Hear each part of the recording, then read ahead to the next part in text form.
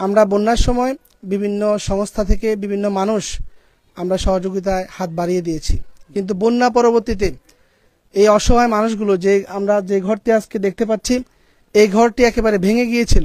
আমরা আজকে যেখানে দাঁড়িয়ে আছি এখানে প্রায় হাঁটুর উপরে কোমর সমান পানি ছিল এবং মানুষগুলো পরবর্তীতে বন্যা পরবর্তীতে তারা থাকার মতো কোনো পরিবেশ ছিল না।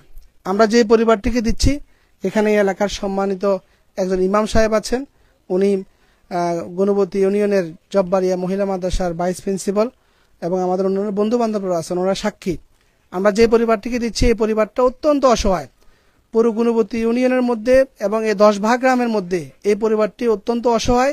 আমরা ওই পরিবারটিকে ক্যামেরার সামনে আনতে চাই না, তাদেরকে ছোট করতে চাই না, তাদেরকে আমরা সহযোগিতা করে আপনাদেরকে জানান দিতে চাই। আমরা আজকে 2006 বেসের এখানে যে বন্ধুরা আমরা উপস্থিত হয়েছি, আমরা কেউ গুণবতী ফাজিল মাদ্রাসার ছাত্র, কেউ গুণবতী বহুমুখী উচ্চ বিদ্যালয়ের ছাত্র, কেউ আমরা গুণবতী আল ফারাবি উচ্চ বিদ্যালয়ের ছাত্র, কেউ আমরা বদুরা হাই স্কুলের ছাত্র। এভাবে আমরা আমাদের আশপাশের বন্ধুরা মিলে আমরা অল্প অল্প করে সবাই অংশগ্রহণ করে আমরা সবাই মিলে আজকে এই ঘরটি আমরা একটি ক্ষতিগ্রস্ত পরিবারকে উপহার দিয়েছি।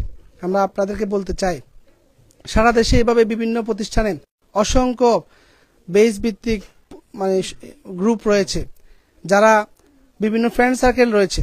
আমরা যদি প্রত্যেকে সংঘবদ্ধ হয়ে চিন্তা করি যে আমরা প্রতি বছর একটা করে মানুষকে, অসহায় মানুষকে ঘর করে দিব অথবা একটা মানুষকে আমরা স্বাবলম্বী করে দিব, তাহলে আমার বিশ্বাস এটি বাংলাদেশে একটি নজির স্থাপন করবে, বাংলাদেশের দারিদ্র্য বিমোচনে এবং অসহায় মানুষের জন্য বড় একটি রহমত হবে।